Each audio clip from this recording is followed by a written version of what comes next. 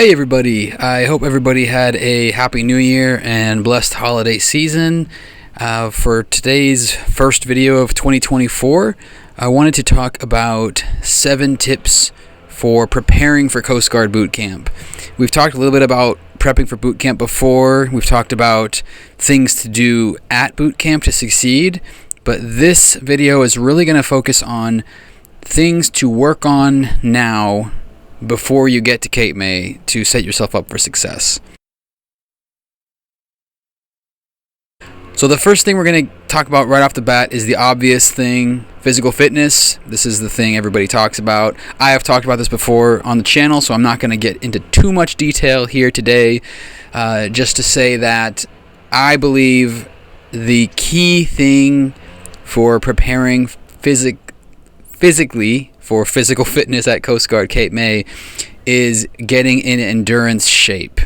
And that means being able to keep going with whatever you're doing, whether it's running, doing push-ups, doing squats, holding a water bottle over your head, just being able to not stop. Being strong is great, but being able to bench press 300 pounds one time is really not going to help you much at boot camp. So you've really got to work on cardio, endurance, that sort of thing.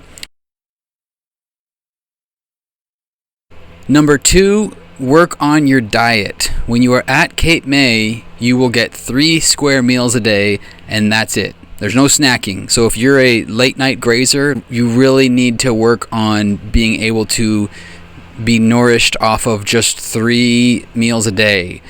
Something to keep in mind is that while you're at Cape May, you're probably going to be consuming a lot more calories than you normally do because you're going to be burning a lot of energy. So that's also something to keep in mind. That's something that you can work on in line with your physical fitness. Work out, push yourself to your limits endurance-wise, and then eat in a way that's reflective of that and making sure that you're getting enough nourishment. But again, really focusing on sticking to 3 square meals a day at fairly consistent times, I think will really help you get used to that when you're at Cape May. Number 3, kind of an extension of the dieting, is just quelling habits in general. Things that are your vices, perhaps. If it be smoking, obviously you've got to quit smoking. But even if you like to drink coffee, things like that they bring you sort of a mental comfort, you've got to be able to let that go. And I would really try to work on that before you get there. You don't want to be there and then dealing with the shakes or whatever other symptoms you might have because you're not drinking coffee or smoking or if it's watching TV after 10 p.m. or whatever. Think about the things that you really enjoy doing. Most things that you enjoy doing, you're not going to be able to do at Cape May. Number 4, a sleep schedule. If you don't have a consistently timed sleep schedule right now, work on that. When I was at Cape May, I believe it was 2200 to 0530 was our sleeping hours. So that's 10 p.m. to 5:30 in the morning. You also have to keep in mind that you'll have overnight watches sometimes, which will disrupt your sleep. You can plan for that, or you can just work on the sleeping 10 to 5:30 consistently. I think that part's going to suck either way. You're going to be tired, and that's just one of the things that happens at Cape May that sucks. But if you can at least work on a consistent sleep pattern and getting yourself up at 5:30 and being productive, don't hit 5:30 and then get up and do a jumping jack and then go back to bed. Be productive and have that be the rest of your day. Remember, these are things to help you prepare for the life at Cape May. So getting used to sleeping on a schedule and being productive off of that schedule is really going to help you.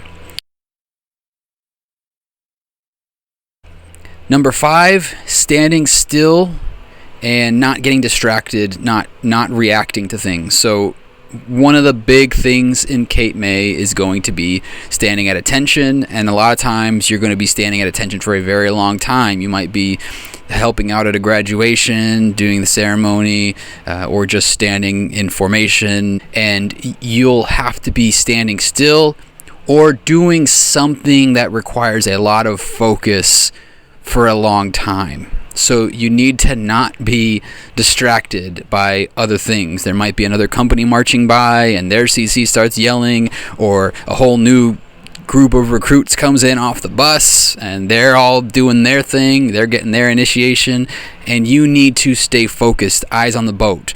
So practice that. Practice standing still. Practice putting yourself into situations maybe where you're going to be faced with a lot of distractions, and work on tuning that stuff out. These are little things like this that really can pay dividends for you later when you get to Cape May. Number 6, tidy. Tidy up. Be neat, be orderly. This is, again, something that I'm very bad at, but it is a necessity at Cape May. You will have to have your locker set up a certain way. You will have to have your rack made up a certain way. You will have procedures and steps for every single thing you do. So get in the habit of being neat and orderly, and you can even set up your own routine. Like, you can set up your own rules for your closet at home, or your bed, or your toiletry area, things like that. Have specific rules for how those are supposed to be set up that will help you think that way when you get to Cape May.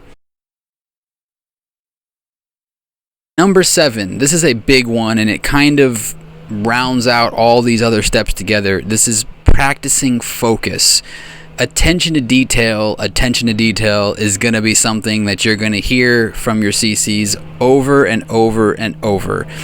And so being able to listen to instructions, because they're going to throw a lot of instructions at you. Sometimes they're going to throw 2 or 3 instructions at you at the same time, and a lot of times those instructions are going to be pushing you in different directions at the same time.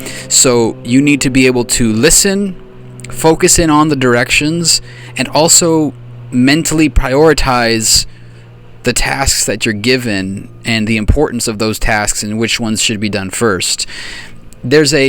I always call it the fog of Cape May, especially when you first get there, that it's just going to happen. There's really nothing you can do to prevent that.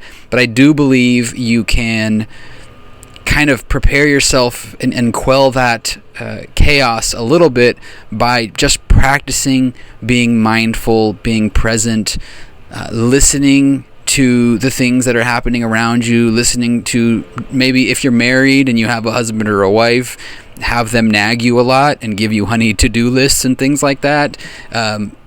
Just put yourself in situations to really flex those mental muscles. Another thing that's kind of on that same boat, along with focus, is just memory.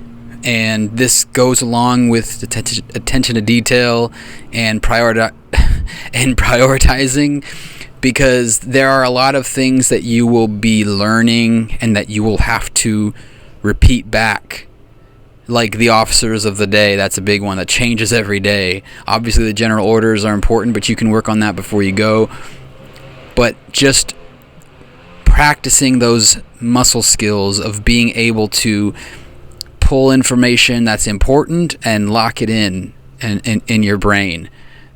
Perfect practice makes perfect. So anyway, those are my 7 steps for preparing for Coast Guard Cape May before you get there. And I hope that that's helpful. Please let me know in the comments if you have any specific questions, or if you'd just like to add a comment to this conversation. If you've been through Cape May before, please feel free to throw down on any other steps that I might have missed that you think are important as well. So hope everyone's doing well and having a great new year, and I'll talk to you again soon.